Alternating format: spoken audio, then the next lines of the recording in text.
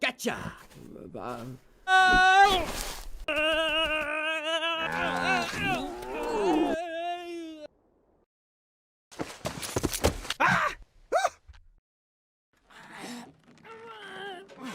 Look, I'm trying. Ah! You're right there! So quiet for a disproportionately, strapping, statuesque. You have kind of a, What? In there? You must be kidding. No way. Absolutely not. First of all, I'd love to, of course, but look, too bad about the fence. Rats. Oh well. What are you gonna do? What's happening right now? Hey, listen. Those little children. If you donate your old toys to them... I don't make toys. Not anymore.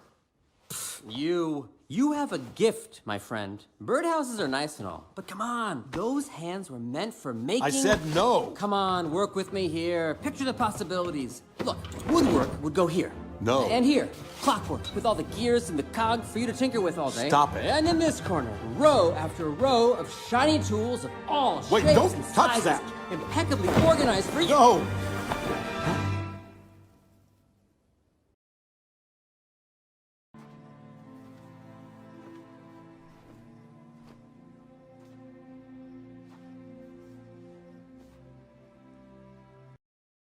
No! We'll just blindfold the reindeer so they don't get dizzy. That's all. I'm kidding. It's great. It's nice. Hello, Jesper. Dad? What? Sorry, let's talk outside. It's a little cramped in here. Really? You're gonna go for the guilt trip now? Smash those toys to pieces!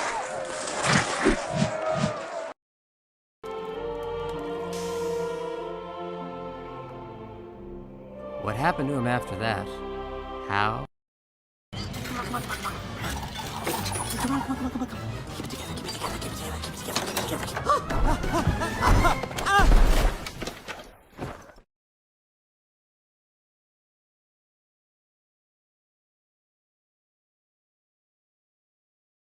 Alfredo, please, if you could introduce yourself. Yes.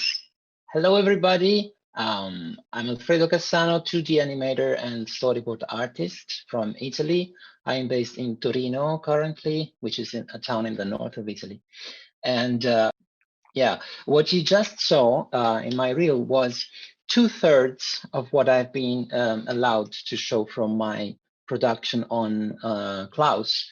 It took me 1.5 years to animate about 3 minutes and something of movie, and you just saw around 2 minutes of it. The experience on Klaus was fantastic. I've been in touch, in very close contact with Sergio Pablos as a director, and the team in every department was made by almost the very best, I would say, the very best in Europe and in the world. So the level around me was very high, and it was at the same time inspirational and almost scary on the other hand. On the movie, I was mainly responsible for Jesper, which is the postman, the protagonist of the movie. And during the production, at some point, I have been asked to change position and become a lead animator on Jesper, still staying on the same character, because there were new animators coming in and we needed to be a lot faster in order to meet the final deadline. So I was helping these new animators to bring their scenes on model.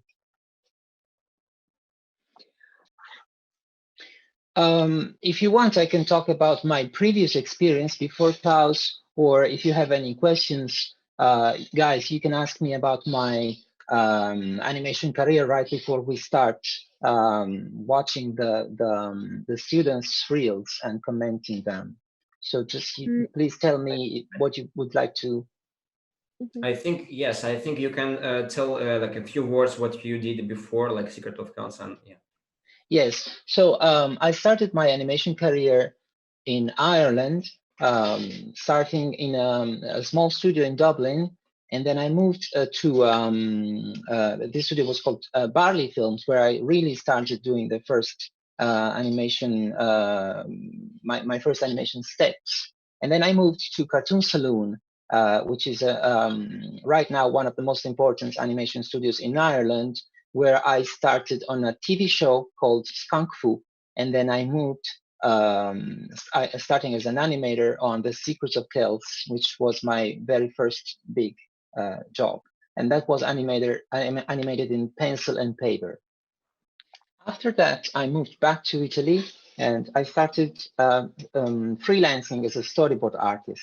So mainly, if I can make if I wanted to sum up my career, I did around 60% storyboards for TV shows, and the rest was animation for feature films or smaller projects.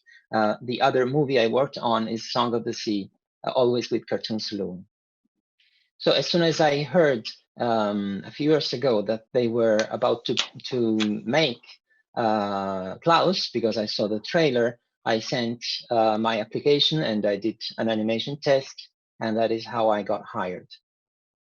One more thing, maybe I started animation quite late, at a late age. I was 27 years old, I think. Before that, I was trying to pursue the music career. I have a piano back there, you can see. But at some point, I realized that animation could be a better job, so I switched. But I can still play. All right, I think we might start watching the students' reels, or maybe you still have some other questions on myself. I'm here to answer any questions. Thank you so much. We will start with the introduction of the students, and then we'll move on to the markings. Okay. Alfredo, do you see the chat? Just because I'm sharing the translation about the girls. Okay, and I'm watching it now. I'm watching at it now. I'm sorry, I wasn't aware of that right now. Thank you. Okay, now we're moving on to marking. So whom would you like to start with? Okay, we can start with, I guess it's Milena, maybe, the exercise that starts with Edna mode from The Incredibles. Okay, so I think we're just going to show the reel. Just let me quickly translate.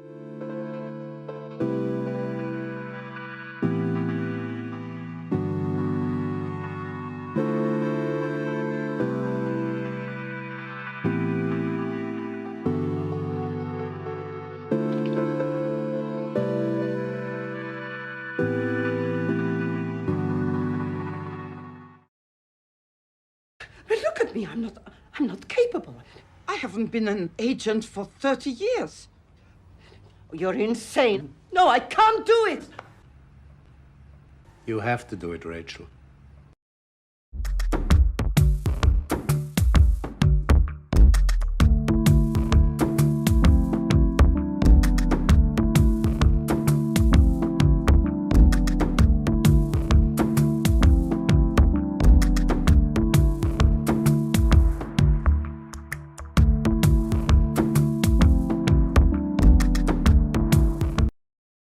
Okay, Alfredo, we are back and we can start with the marking. And if you wanted to share your screen, you can now. Thank you. Okay, so let me find the button, screen 2. And I think you can see my Cintiq now. I'm scrolling on Milena drawings. Yes. I hope you can see my drawovers there. I will use a red pen like a t-shirt. No, I'm just kidding. No, this is just because I teach at school since 2011, so I become like, starting to be like a real teacher with the red pen. And it's just a joke. Okay, so first of all, I want to congratulate with all the students for their work, even the students that we are going to watch their work later. They've all done a great job. I can see the effort and their will to become good animators. All right, so I have just a few comments on Milena's reel. Let me just go to the exercise, the one with Edna here. It's very well done. The only comments I would have here are about you could somehow improve the arcs and the timing, making somehow simpler than the way you have done it. These are this one with Edna is an acting scene. It is very important to understand in acting scenes that there are some drawings that are more important than others because they are, for example, the extremes. It's the could be the starting pose and the final pose. They are more important than the drawings that are in the middle for us to approach the scene. I will explain what I mean. I mean, in the end of the work, all the drawings will have the same importance. So there is no drawing that is more important than the other. But for us to approach the scene, we have to choose which are the drawings that we need to start from and end to, and then use those main drawings, those main keys to decide what is in the middle. Sometimes, for example, I see that between the main keys, you drew other drawings and almost if you were animating straight ahead. So if you, for example, decide, let me just do another layer here. Okay, so let's say we have a starting point that is this one, and then we have an end point that is this one. We can smoothly pass from this drawing to this drawing, maybe adding one breakdown in the middle, which could be this drawing here. So we would have a key, and a breakdown. And the arc has to be as simple as possible between these drawings so that we would have a similar progression like this. You can see from, yeah, please translate, sorry. The way you animated this suggests that you somehow faced too many problems in once. And for example, let me just scroll here.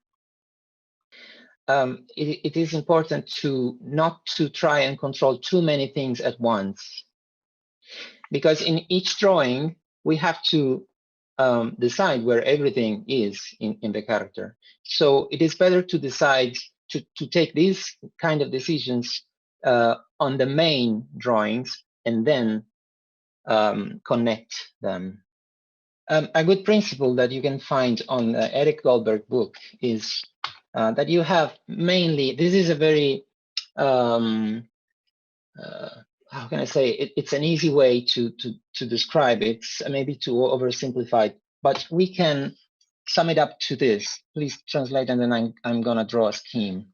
So let's assume that key number 1 is the starting point, and key number 4 is the destination point.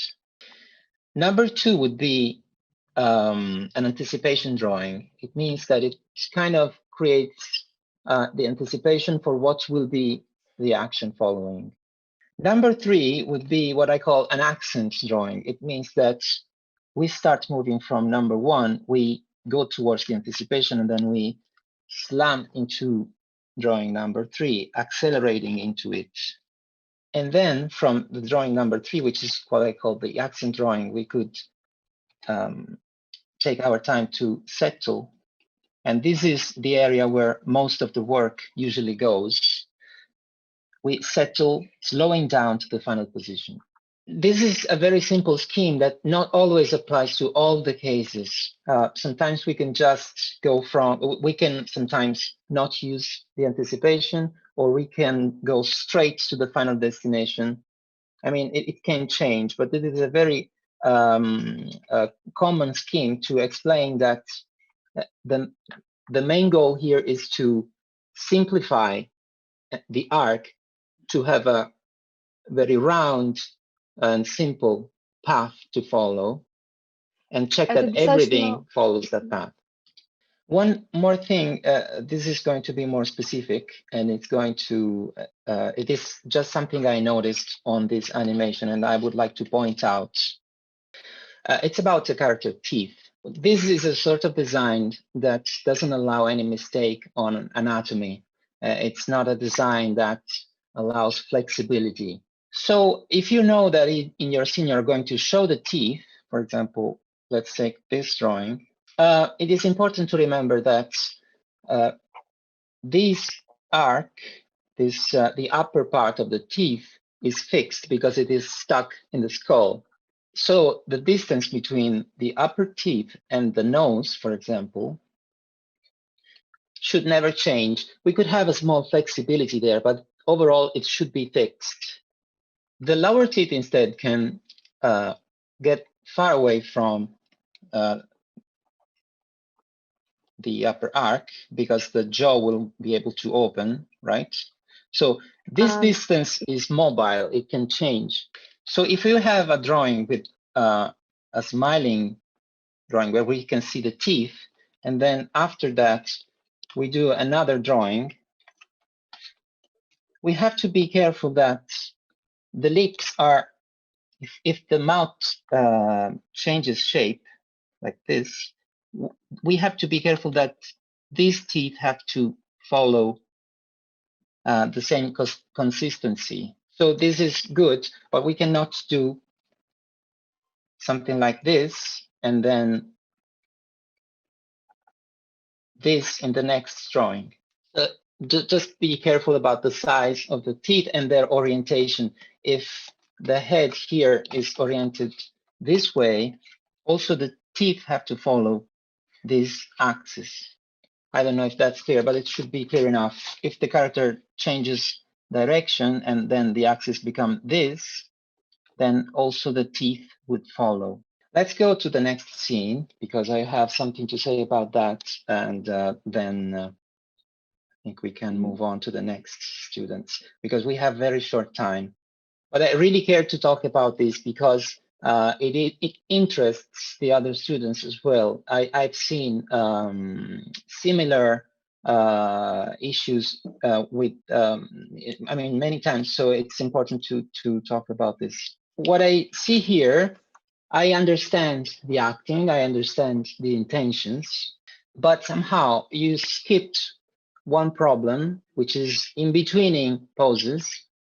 So if you have a hand that appears here and then goes there, you should also, after drawing the hand here and the hand there, describe how it gets there. But in general, I can see here a problem of approach. You should treat the character as one whole thing.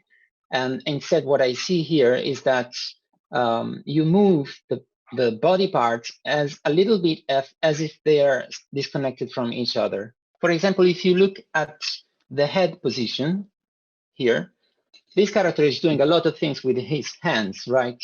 So whatever she does with the hands, sometimes, often it should influence the position of the rest of the body. If I do, hey, you, like something like that, I'm using my hand. So this is driving the action, but it is also influencing my whole body. So I would try and draw it in a natural way. So if, say, we have this anticipation here, this is just an example. It's not really connected to your scene specifically, but it's just to make my point clear. I'm animating this pointing gesture. If I did this, I think it would be a mistake because I made a very straight arm without making the body participate to that motion. This is stronger, see? So you could also have a slight change of axis here, and maybe the other arm could reflect some action here. It could go a little bit up. Right, it is just an example, but it's to explain that whatever you move will since it's connected to the rest of the body, will influence. It's something you cannot ignore. I don't know if we have more time on this or if we have to move to the next exercises. I think that the overlap on the skirt, it is very well made. You applied the air bubble principle quite correctly. So whenever we have an overlap, the principle is that, like, we have on a flag here, right? It is like this is the air bubble that can we can imagine like an air bubble that is moving this way, and so the next drawing. So this makes it simpler to approach it. It's like there are many bubbles. You did this very well on the skirt and on the hair. The only problem here is the change of speed in the background. Whenever she changes direction with the skates, the background somehow slows down too much. Anything else?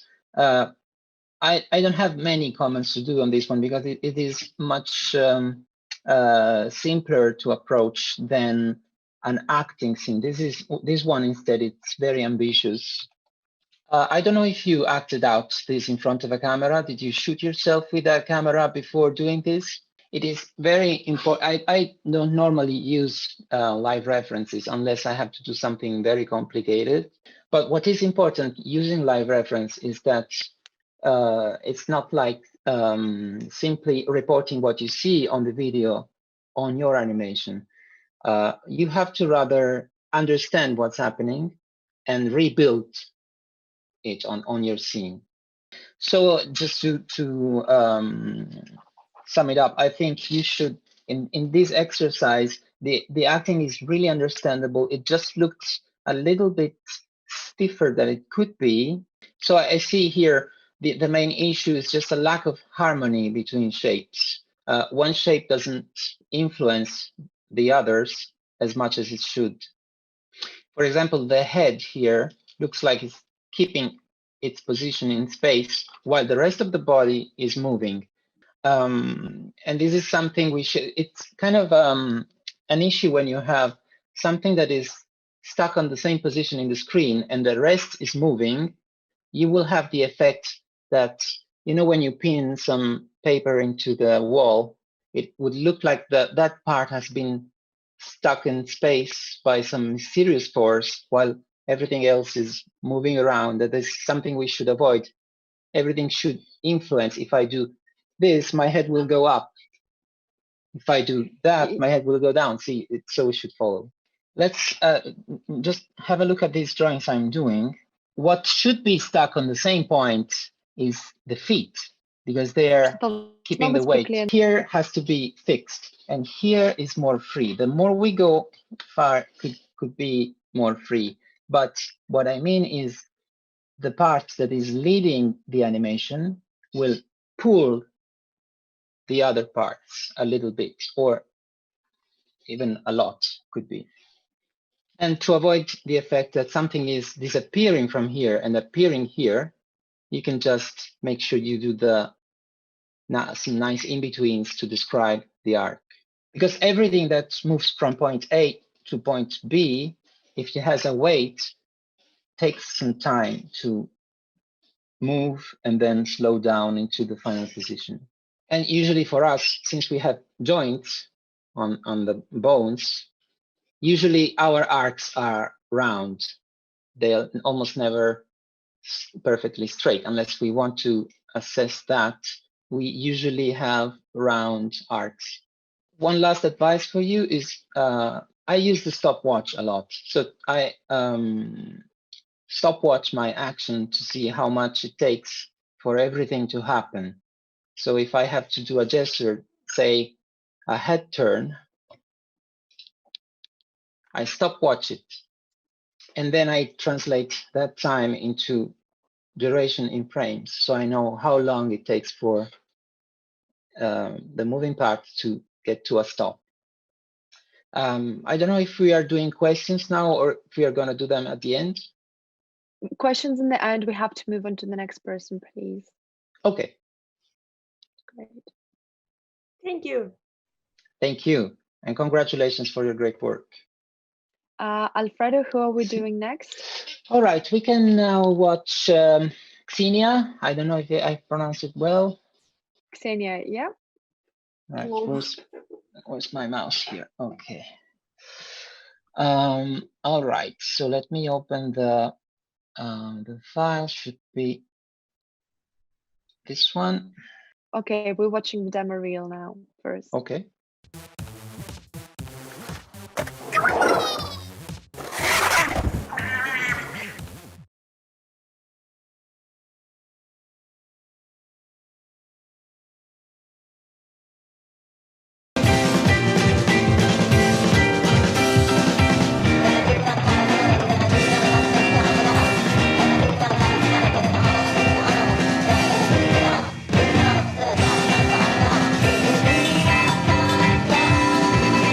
Okay, now we're back and we can look at the work.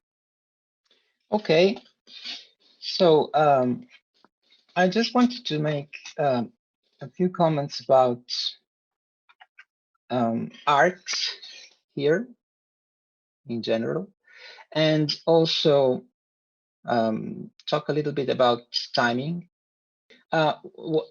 This is very nice. The first part of the reel is for me more interesting than the second part where we have music. The second part works very well, so I don't have many comments to do on that.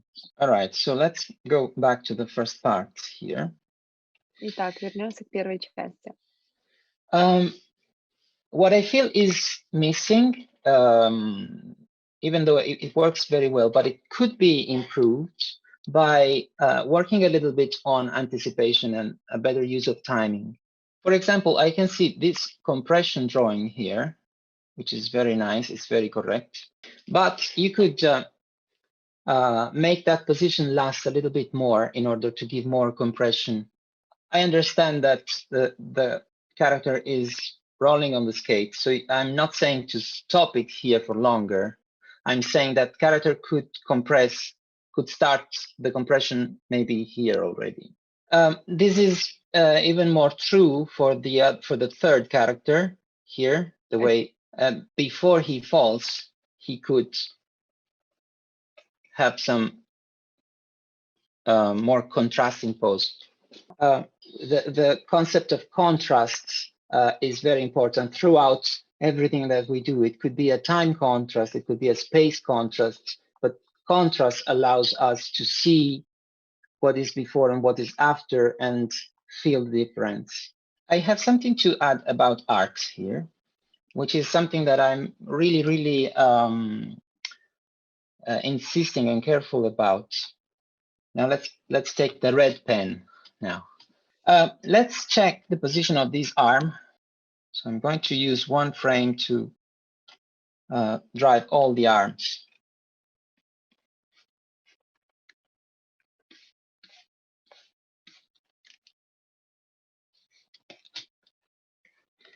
I'm talking just about this part of the arm. If you check this progression here, it would suggest that the next drawing should be here, for example. Let's check if it goes there. Now we have the arm here. I'm not saying that this is a mistake, but now I would expect, since there has been a change of direction, that the next arm could be here. But the next time the arm appears is here. So you can clearly see that this arc is somehow interrupted here. I don't know if that's clear, but it is like doing this 1, 2, 3, 4, 5, 6, 7, 8. You have to make sure that each part of the body of the whole character, each single part, has a smooth arc. You can help yourself by drawing the arc underneath and then following it. I could, for example, check the the head position instead of the arm.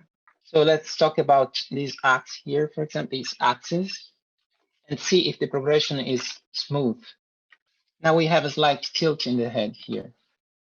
So I expect the next to be a little bit even more tilted, but I feel here that that is not really happening. So actually here, I drew the axe a little bit off, but this is what is really happening here. So Но я немножко некорректно сначала нарисовала, но теперь вы видите, что здесь происходит. So that is arc too. So if I have something that is slightly rotating each frame, each new frame is moving in a certain way, it should be, that movement should be consistent.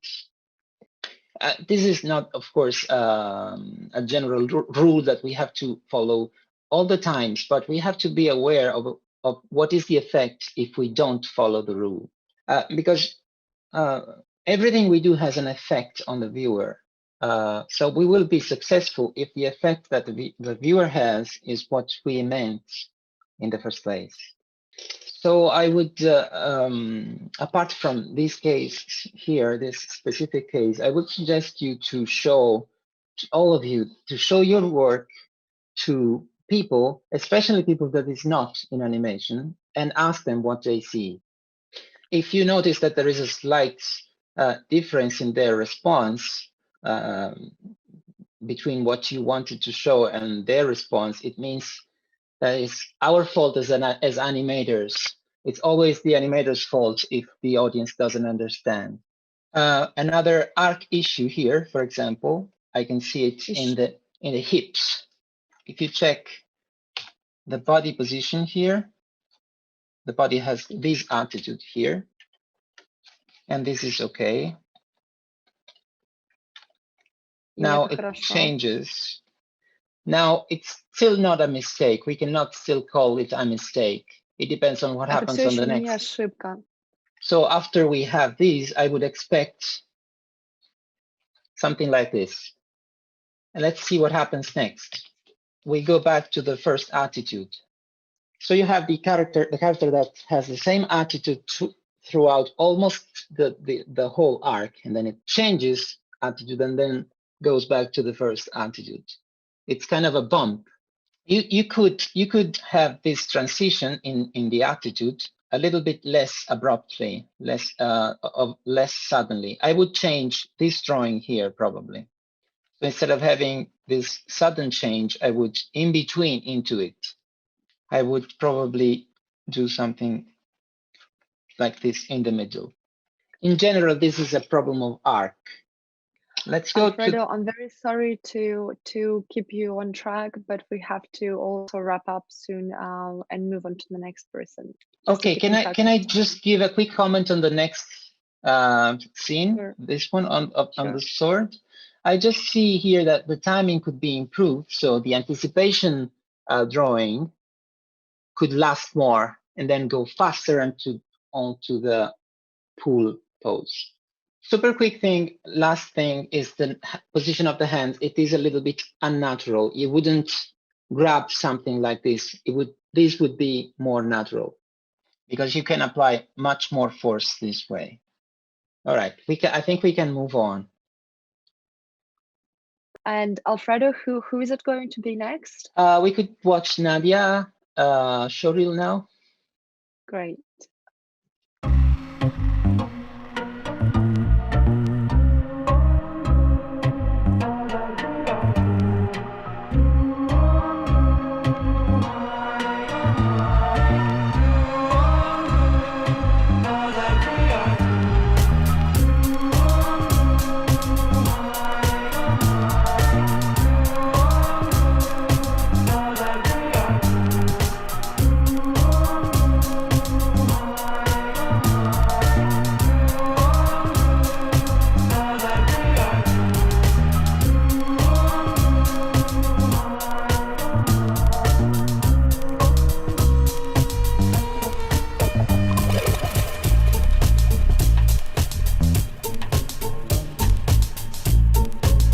You are never to speak to her again. Now you are rivals. You are never to speak to her again. Now you are rivals.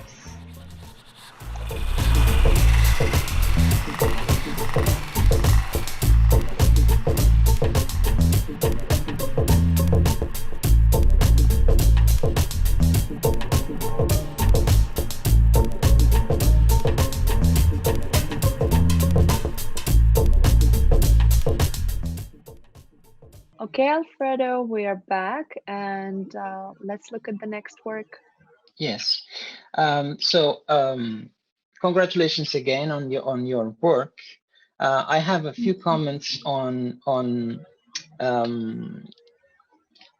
some things that we could call small mistakes, but it's normal. I've done all the mistakes that you have done, guys. This is for you all to just not get discouraged if I'm pointing out some issues here.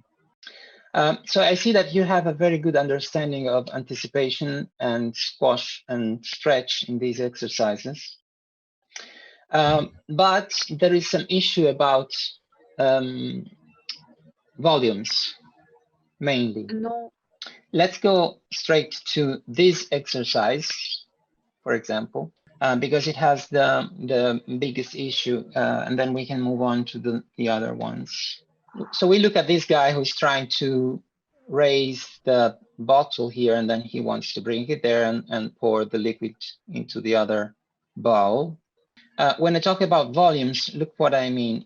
Let's draw the character as it's here.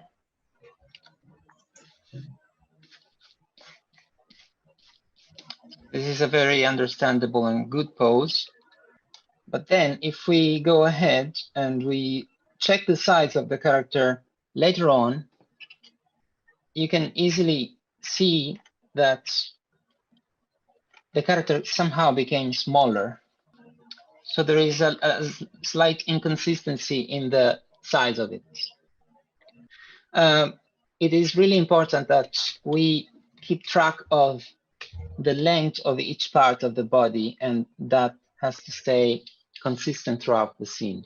Especially when we bend an arm, we tend to forget the length and draw the parts of the arm longer or shorter according to what we need, but that's a mistake.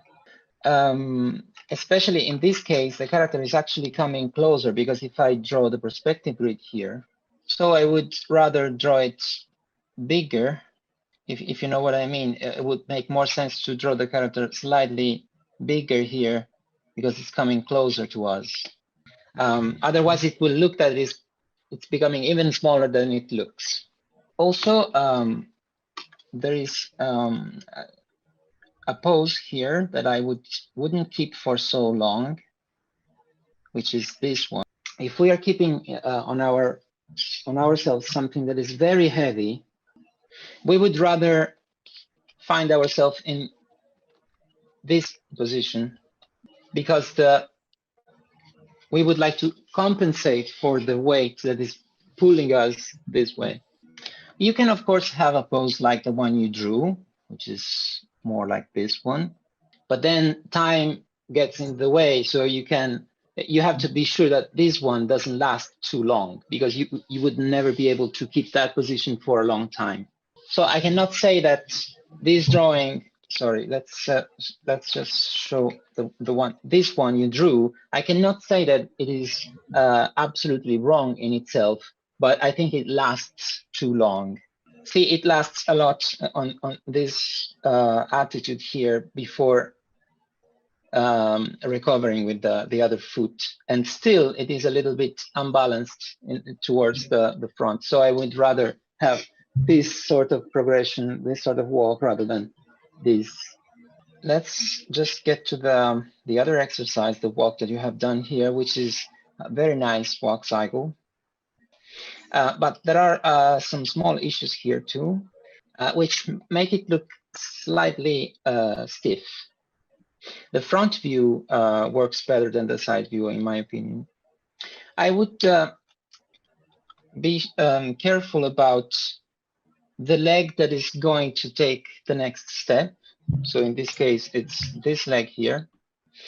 What happens here it is kind of an optical illusion, an optical mistake that makes us swap the legs in the same position on the screen, and that kind of throws me off. There is almost a exchange of position here between the legs. You could probably draw this leg here a little bit more ahead.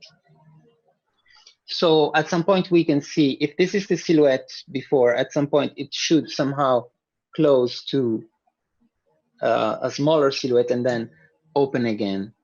Red line I'm drawing is the path of the heel. So this part of the foot. Also, I would suggest you to, I don't know if this is your first walk cycle, but if it is, I would suggest you to work on a real space walk cycle rather than an on-the-spot walk cycle. This is because working on a walk cycle on the spot, there are too many problems to take care about all of a sudden. Let's talk about one more, I would call it issue or mistake. Let's keep track of the arms here. This is correct. You bent the arm where the joint is. But look how you did to the other arm. Look what you did here. It almost looks like the joint is somewhere here. See?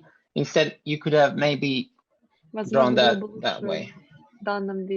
Rather than this way, maybe this way would have worked a little bit better because it's more consistent with the other arm.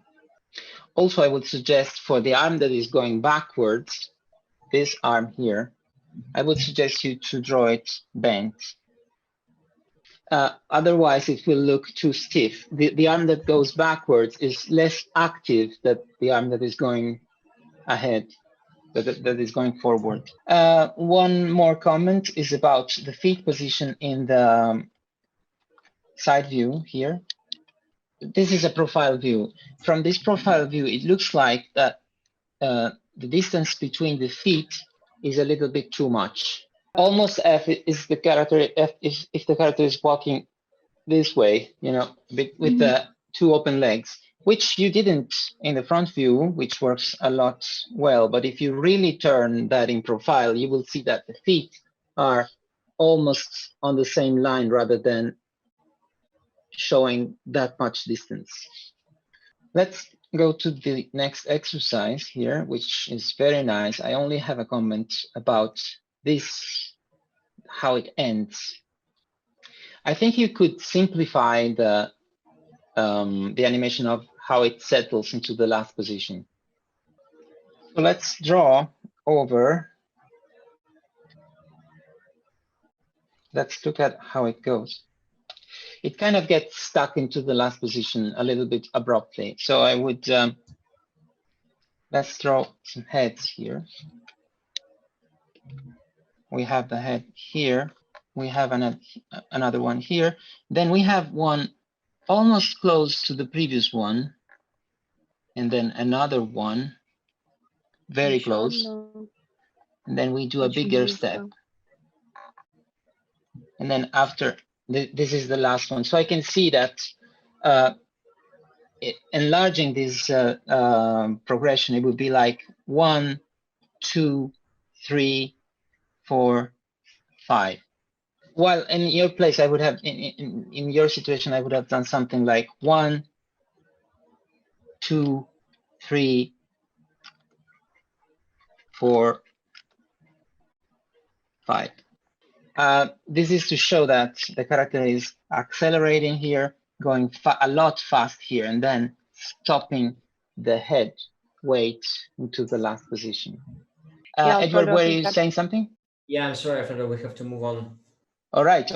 But this is a very common example. Whenever you move something, especially the head, which is a lot heavy, it's like, I don't know how much a head weighs, but it's a big weight. it takes time for it to slow down. It doesn't take much to start moving it also fast, because our muscles in the neck are very strong, the body is strong, but then it takes time to settle it into the last position. You have to work a lot on the final in-betweens. See what I did here. It accelerates, gets fast, and then it slows down. All right, so we should look at the next, right? Okay, I would say we should probably watch Rita Gurskaya exercise. Great. Thank you very much. Thank you. Thank you, thank you. And very good work.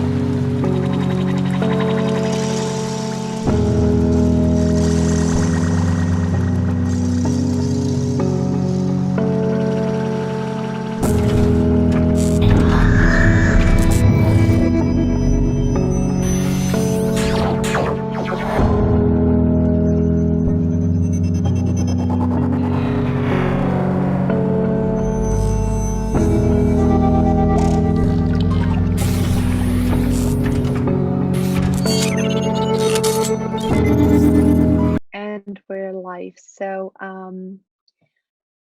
let's look at Rita's work. Alfredo. Yes. Let me open the file. We are still watching the old one. Again, very good reel. Congratulations for your work on this one. I see you are more into realistic animation. All right, so the comments I have on this reel are similar to the older comments I have done on the other ones. So let's check this bit here. Yeah, sorry, my playback here is going very slow, but it's because I have a lot of things open. But I'm confident that the reel has been showed already in the right speed. All right, so what I would comment here, even though you have a very realistic style here, I would try and push the poses a little bit more. For example, you can make the use of the silhouette here even stronger. You know, you could push poses to communicate, to convey more force, more tension into them. You know, you want this character to be very aggressive, so could get very, very tense here in the body. So your drawing is correct, but you could push a little bit more. Whenever you find that you're drawing something that is almost straight, like this arm here, for example, wonder if it is the case to draw it completely straight. Because what has to work is not the drawing. What has to work is the animation. So if drawing a straight arm and then a bent arm would help you communicate the action better, it doesn't matter if that specific drawing looks a little bit awkward, as long as it's anatomically correct. I can make a very pertinent example here. For example, the character enters with a bent leg, and then the leg is bent because it's supporting the weight here. So I would rather make the character enter with a straight leg, so that we could see the change in the shape of the leg as the character is catching its weight. And therefore the impact between something that is soft and something that is hard. So we need to show at some point that our soft object is at the most stretch before it changes shape. And this has again to do with the concept of contrast. So we have very big contrast here. It would be a smaller contrast if I did this. I'm not saying that this is wrong. It's just a little bit weaker because there is less contrast, less energy in this drawing than in this drawing. And also the illusion of something hard, a hard surface under the leg will be given by the fact that this and this point and the next drawing will happen exactly on the same spot. So at some point we will have to see that these drawings all have something in common. It is an optical illusion that shows that it's like an invisible force that deforms the shape.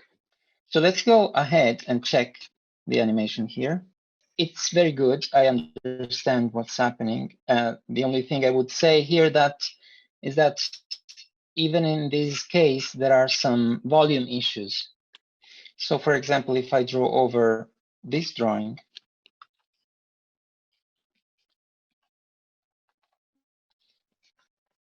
and I compare it with another one later on,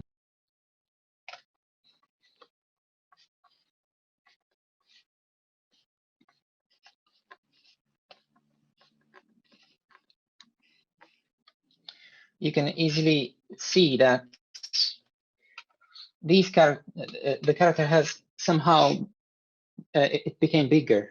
I mean, that's the feeling. You might want to show that the character is getting compressed and so his silhouette becomes longer.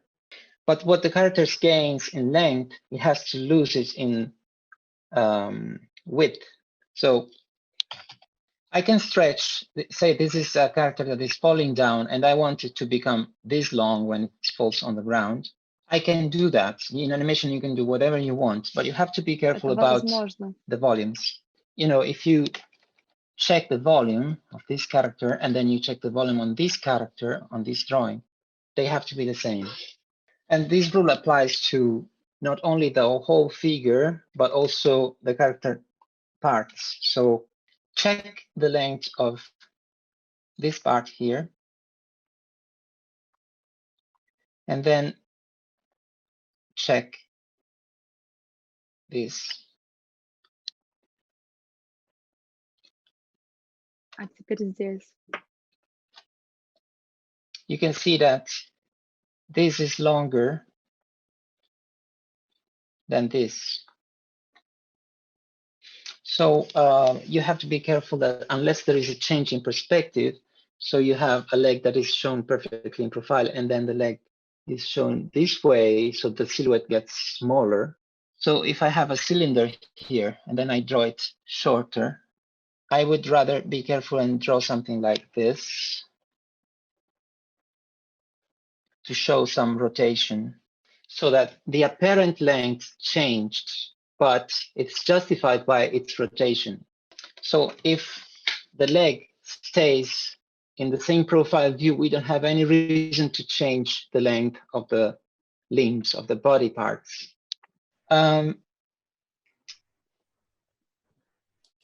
I would. Alfredo, we have to move on. We have to finish, I think, feedback soon because time is running. Okay.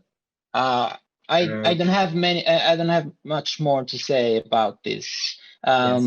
Can I just add some one small note? It is just about animating complex heads. I saw. Oh, sorry. No, I have a much more important note here. Sorry. The note about the head is just. Please.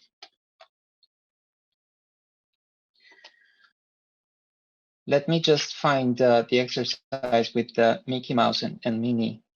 Anyway, no, what I meant about the last note here about animating a head, please never be careful. Oh, there it is, yes. So 1 minute for each note.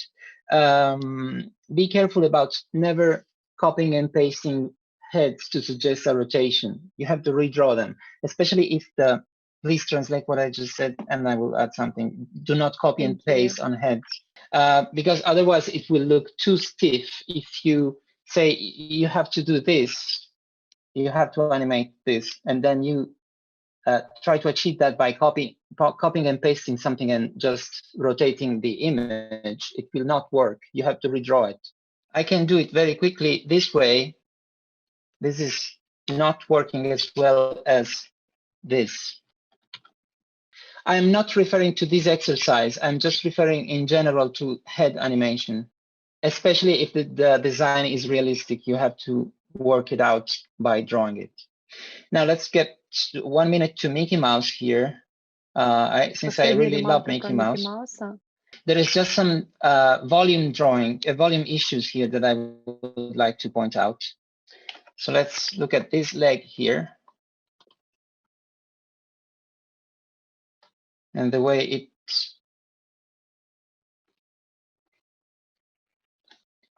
it became much bigger in the following key. So you have to check between keys that the side stays.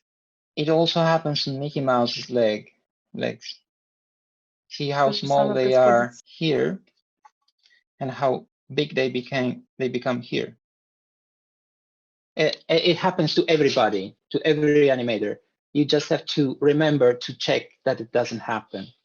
Whenever you have a design like this, you can really use squash and stretch, being careful about the volumes, but you can really push the shapes. Always keeping in mind the volumes, that they don't have to change. I think we can move on to the next. Yes, thank you. Okay. Thank you. Thank you. I would, if I can say something, I would like to, rather than commenting other exercises, I would talk about some general principles that apply to everything, so it can help them more than commenting a single exercise. Do you mean we skip the swamp reel and you will we can watch it. I really like the swamp short. I don't have many comments on that, so I can point out a little thing, but it's really not worth it. It's very well made. So I think in the interest of time, maybe it will make sense more to yes. give the Swamp is very nice. Swamp is very nice. Okay, Alfredo. So we will watch the swamp now, so our viewers can see it. But we can, if really there is no big remarks, we can go into speaking about the general principles which you wanted to mention. Yes, we can do that. We can skip to the next general Great, thank talk. you. Yes. So we'll just roll the reel now, and then we'll do that. Thank you.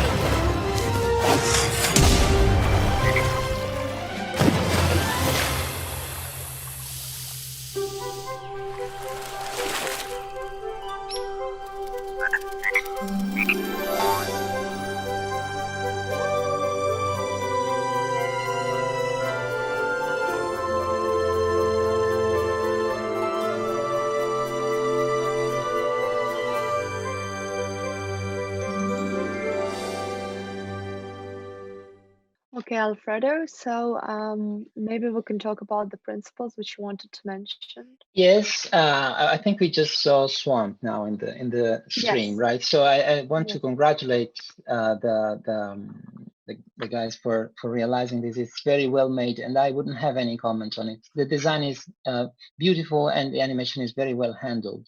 There could be a little issues here and there, but they are covered by the principles that I talked about. How I do it, I would like to talk about how I work. When I animate a scene, of course, the approach depends on the scene itself. I don't use the same approach regardless. Usually, it's a combination of animation in keys and animation in straight ahead approach. For example, in an acting scene where the character is talking, I usually work in pose-to-pose animation. So I use key drawings. So I would split the two approaches, the key animation and straight ahead. They are both good approaches and need to be combined. Sometimes there will be more key animation into a scene and less straight ahead. Some other times there will be more straight ahead components and less key. I like animation in keys when I need to be sure that I need to keep track of the size of the character, and that I really want to be sure that I start from a pose and that I end on a specific pose. That is a faster approach. That the key animation approach is faster. It gives you more control on silhouettes and strong shapes, and it allows you to work faster, so to produce more footage. The down point of animating in keys is that the final result could be a little stiff. And this is because I'm more connected to the shape and the silhouette of the characters rather than the energy that drives the character. So on the other hand, working straight ahead allows me to keep track of that energy that drives me into the next drawing and the next and the next. So I will be really in touch with that energy, but on the other hand, I will more easily lose track of the volumes and of the strength of the silhouette of the character. The best approach is combining them whenever we feel that we need to, for example, start from strong silhouettes. We will draw nice, strong keys and then try to connect them with a straight ahead approach. The main recipe, but even if there is no recipe, is something that I talked about before in the stream, is that when I work in key animation, I try to find the main 4 moments. Starting point, ending point, anticipation, if any, and an accent drawing where we go with the strongest, where we pass through with the strongest energy. I am writing it down here so it stays written. Check Eric Goldberg. Exactly. It has examples that show very clearly this sort of general approach. One more thing that I really care about is pointing out that as 2D animators, we really need to be able to draw. But once we get to draw the character perfectly, that is our starting point. That is when the fun starts. So our drawing is a tool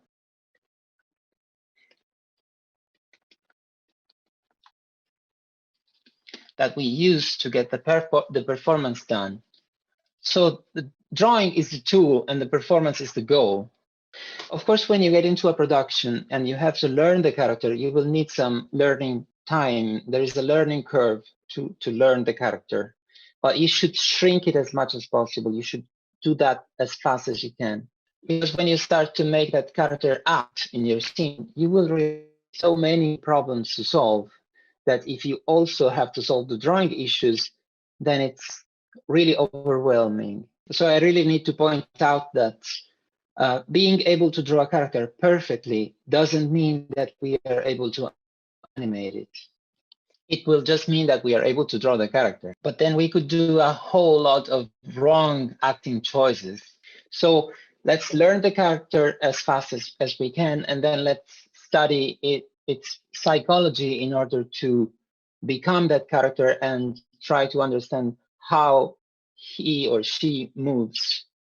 What are the best ways to convey those emotions? For example, if the character is tense, if the character is tired, if the character is energetic and bold, there are ways to communicate and to convey those emotions.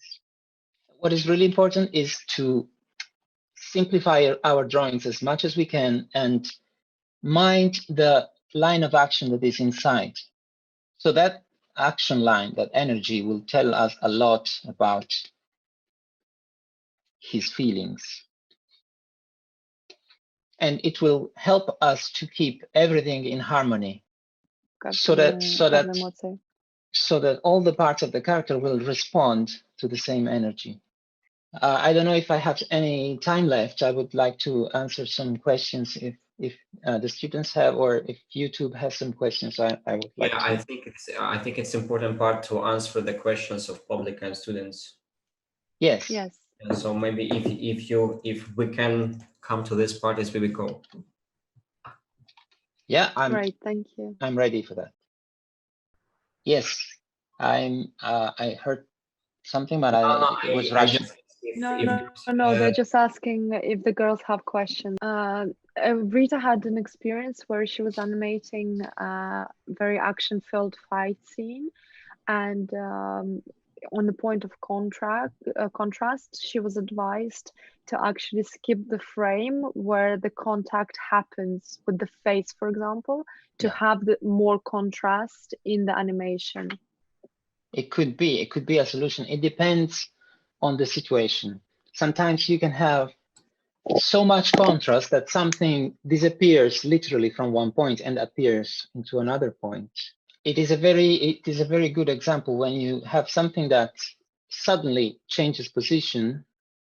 I like that boldness, that bold choice to do that, but it has to be motivated. It has consequences, and it has to be prepared. For example, the scheme that I proposed before, that I proposed earlier, like 1, 2, 3, 4, could be could become more extreme by pulling a lot the anticipation, making the anticipation last a lot, and then having this drawing happen here. Let's do an example. Let's say I have to grab my phone, with my hand. So I do drawing 1, anticipation, so top speed, and then I settle on the last pose. This is not an extreme action, but if I have to punch someone in the face, I could have a starting drawing, then a huge anticipation that is big in spacing and long in timing. And then the space that is covered by the punch is so fast that we don't even see how it happened. But the faster this strike is, the bigger will be the consequences on the character that is getting the punch. So it will have a lot of consequences on his body. It's like something like that. So we can get to that bold choices by creating a lot of anticipation and a lot of settle, and then skipping this part here. We don't need to describe it if we properly prepare the action and show the consequences. I don't know if that answered the question. Okay, so you don't have to describe each stage of the punch, for example. You can literally make the hand disappear and appear there in the next drawing. But as long as you prepare it properly, and as long as the consequences are readable. So don't be afraid in general to change the spacing, even in a bold way, like to take a lot of, a big leap, a big jump between drawings. You can do that. You can do whatever you want, as long as you understand that you are using extremes. You are, how to say, bringing the rules to an extreme. Is there any other question? We would like at this point to say a huge thank you to you, Alfredo. Thank you. On behalf of Animation School, we've had a really great response with almost 150 people on both channels watching the stream non-stop. So thank you so much. It's been really useful for everybody who's watching. That's great. So the first question we have is, at 27, did you start animating, like start to learn animating, or did you start working at 27, and how did you studied it beforehand? And just to add on to that is, how long did it take you to study animation before you started working? Okay, I've been drawing my whole life, but not as an animator. I was just having fun drawing. I never really enjoyed actually the process of drawing itself, and I never really particularly loved my own drawings. What I love about the process of drawing is just giving the character some feeling. So what I am really aiming for is the performance rather than the drawing itself. So when I realized that being a musician would have meant being a poor man because I was a classical musician and it was very difficult to get paid for classical music performance. Yeah, I almost had to pay myself to make a concert or change style, maybe learn jazz or something else. I decided to switch to animation at 26. So it took me about 2 years to learn the basic principles and be able to enter an animation studio to work. But it doesn't mean that it takes 2 years to become an animator. It took me a couple of years to figure out how I could enter an animation studio. I'm still learning. I don't feel like I'm good enough yet, you know. So it's a learning process that never ends. And it is one of the most amazing jobs, one of the most incredible experience you can do by working in animation, but also it is one of the most difficult because you have to do a lot of things all together. You have to be able to draw. If you are a 2D animator, you have to be able to draw. You have to be able to make your character act in a fresh, simple, and believable way. You have to know what entertainment is, what is not entertainment. You have to deal with roles, with people. There is a lot of things happening that you have to become good at. But it's a lot of work, but it is also very rewarding. So I encourage the students to work hard and they will soon see the results. Any more questions from the audience? So you mentioned that you use video references a lot less now than you did before, but what are the tools that you used at the start when you started animating? For example, you were watching others, you were doing recordings. What are other tools that you used to animate better? I never actually used video reference too much. I did when I was at school, but the results were a little bit stiff, I would say. I'm not saying that I don't recommend using video references. It's actually great, but you should look at the video reference and understand it rather than copy it, so that you can rebuild it. You should get to a point where you learned it so well that you don't need to watch it again. So rather than shooting myself with a camera and watch the video, I would attempt to mimic more. Even sitting on my desk, I would mimic the action, watch myself and feel myself. And then I try to simplify whatever I did. I try to make a simpler version of that, so that the action is easy to understand, it is easy to read. It is really important to keep it simple. In 10 seconds, we don't do a lot of things unless we are very nervous and we do hit a lot of extremes. When we are doing something normal, we don't move much. Whatever we move follows simple rules, and everything we do is connected. So all the body parts move together to accompany each other parts. So if I move a hand, my body will follow.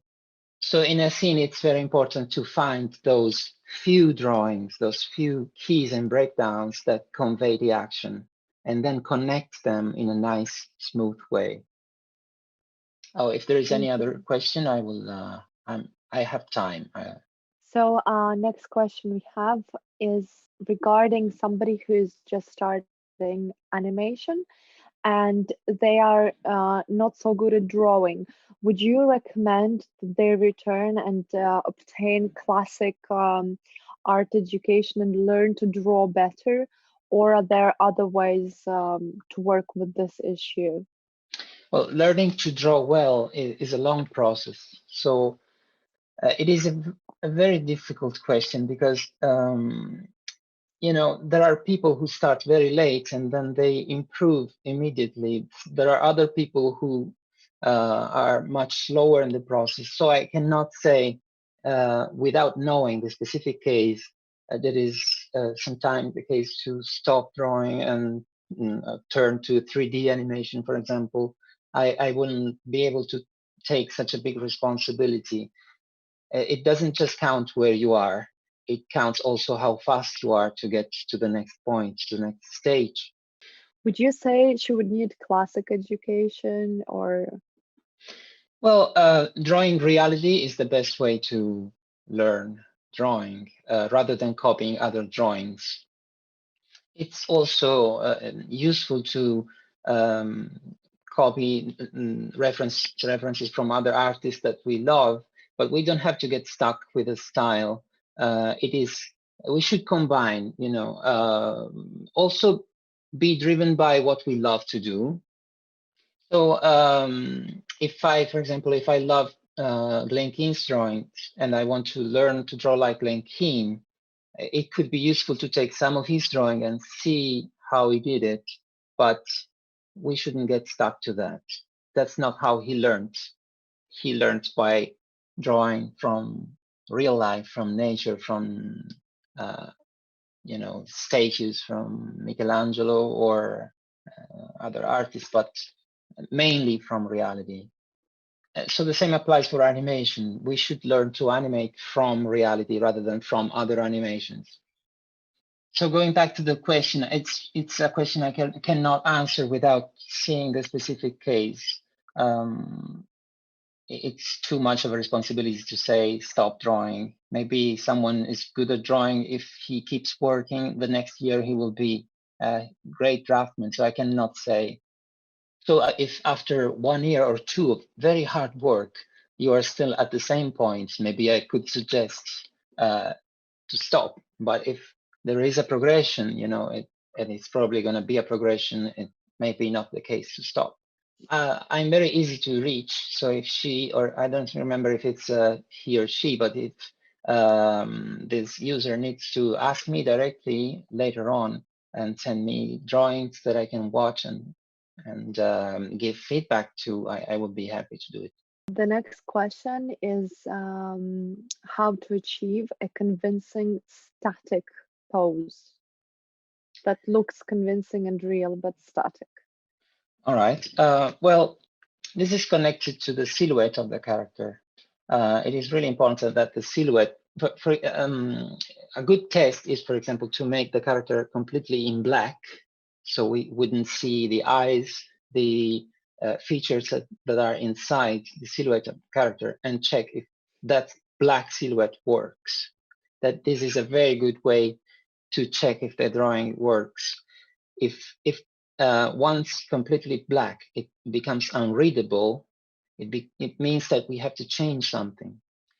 This is very much connected to the way we read shapes. And not just we as humans, even animals can do that very well. If we walk this way towards a cat, it will very easily understand that we are threatening it. So, it's something we have in common with animals and something that as animals we catch. As Sergio Pablo says, the truth is always in the body language.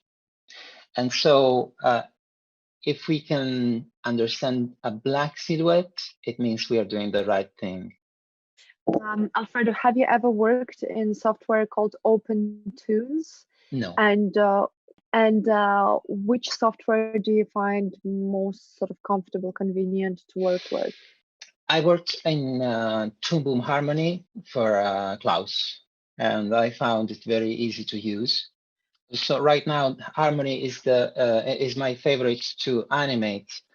When I do storyboards, I use Storyboard Pro, which is always Toon Boom. I should also mention TV Paint, which is awesome. And in the past, I've been using a lot Flash, which became Animate now, but I'm not using that since I started using Harmony. What is the best way to convey the form of the character? Is it to break it down to simpler forms, or is it to keep drawing and drawing and drawing to then become really familiar with it? This is a very good question. As animators, we really need to focus on the construction of the character. So simplify it down, break it down to the simpler, to the very essential shapes that form the character. When I animate, for example, I don't know if you can still see my screen now. Yes, we can. Yes. I never, for the first stage, so for when I have a blank screen and I have to make a new rough, I never go more in detail than this, for example. I really want to focus on the line of action and the main construction of the character, no details at all. So this is what I do. No, I'm never getting more in detail than this, because in this way I can really focus on, on the main action without worrying about details. This could be the way I draw hands, for example. It's just a simple arcs.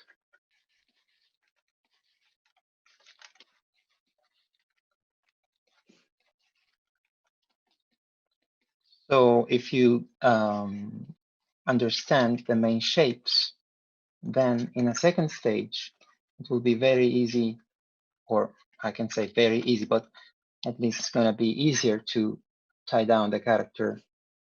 And so once I like the action, I can get into the details and keep track of each part. I want to make sure that this part of the nose follows a certain arc.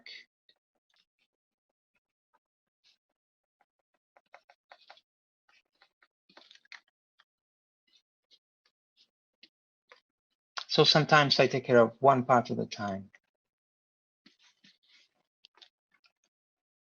Could be the brim of the hat, for example.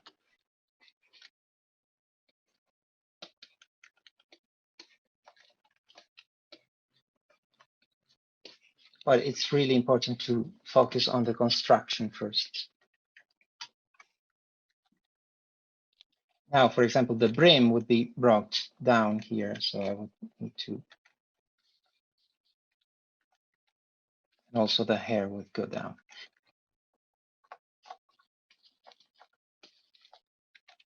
And as you can see, I'm trying to keep the volume consistent.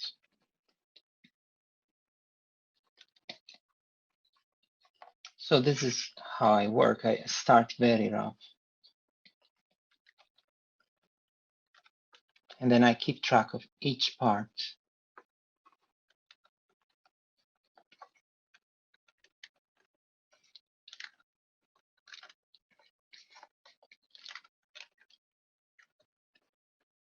Always trying to not to lose the energy that is in the drawing underneath. See this nice arc here? I try not to lose that.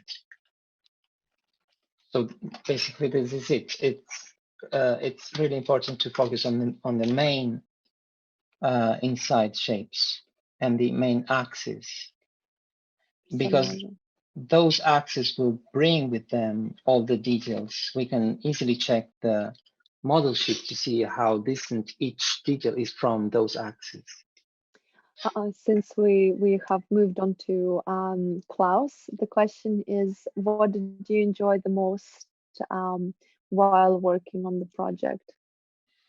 The aspect that I enjoyed the most, well, I enjoyed it so much that it would be easier to say what I didn't enjoy, which was moving there and finding a house. Let's try and answer the question. The thing that I liked the most was the relationship between the animator and the director. Sergio Pablos is really able to explain what he wants, and getting there serving the goal for him and having my scene approved or having a retake was fantastic, because it would be you would learn anyway. Also, one other aspect that I enjoyed a lot was that I was surrounded by incredible talent. So I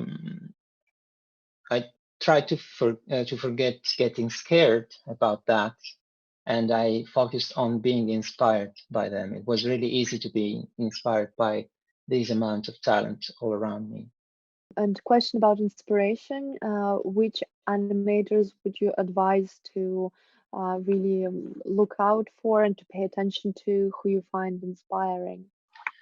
For me, they were the animators of the Disney old school. So the 9 Old Men, especially the 3 most iconic ones, Frank Thomas, Ollie Johnston, and Milt Kahl.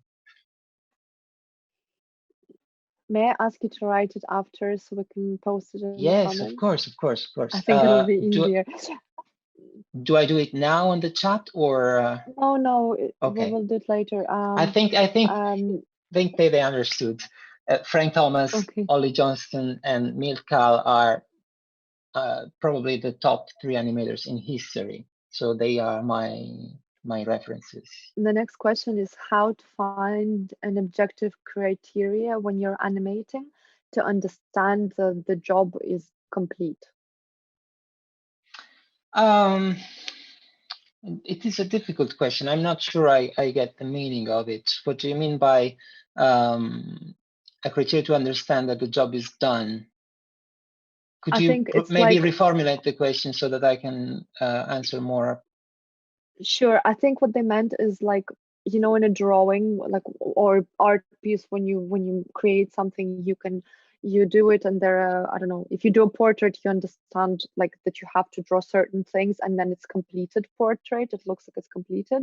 Yeah. So I guess the question is, in terms of animation, what are the objective criteria to understand that the animation in itself is completed as it. All right. I think I understand. I think I understand it now. Well, what I have to deliver as a 2D animator usually is understandable performance, and so the performance has to be convincing. And the other aspect is that if there is another stage after animation, which could be cleanup, for example, I need to provide all the necessary information to the cleanup department.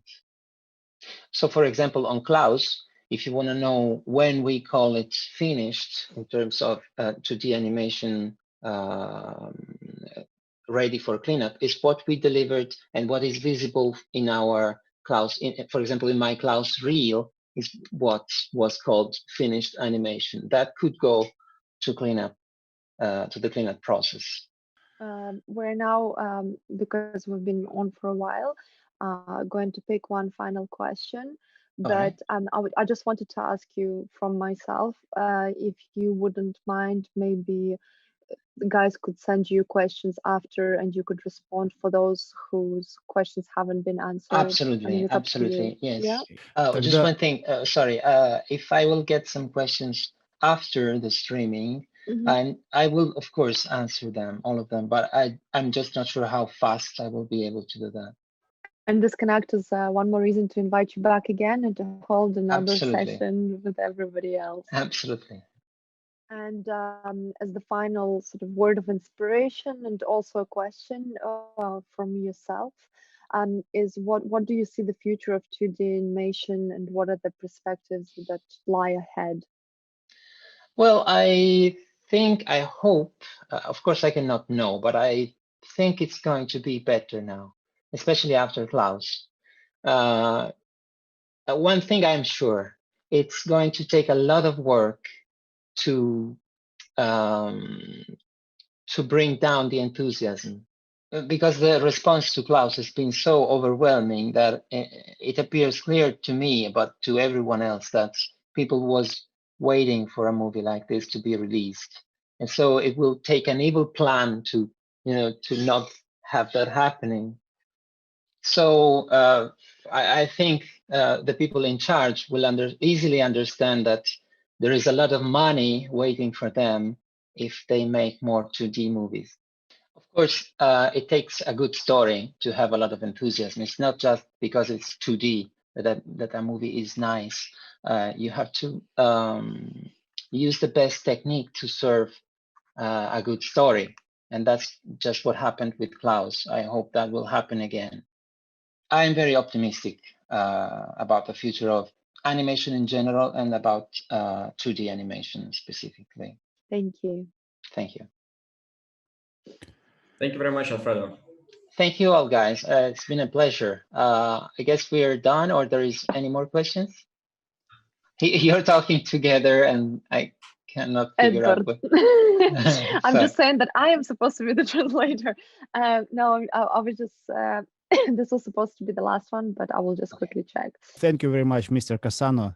Thank you all. It's been an honor and a pleasure for me to be with you today. So it's everything, yes. So okay, goodbye. Спасибо Oh, всем. so I was waiting for the translation of what I was Ruslan, typing. Yeah, Sergey oh, was just okay. saying thanks to Yeah. Oh, everybody. yes. Yeah, the screen. Sorry, yeah, I forgot to read in the chat. Thank you, girls, for your great work. You know, you did a really good job, and the comments that I did, I hope they didn't discourage you in any way. It's normal. I got retakes like those every day when I was on Klaus. So getting comments, getting feedback, if it is something that it's criticism on your work, you have to take that as an opportunity to improve, not as something personal. It means that you're not good at it. It's just part of the process. It's part of being animators to redo, to rework. And for us especially, getting a retake means working a lot more than anyone else.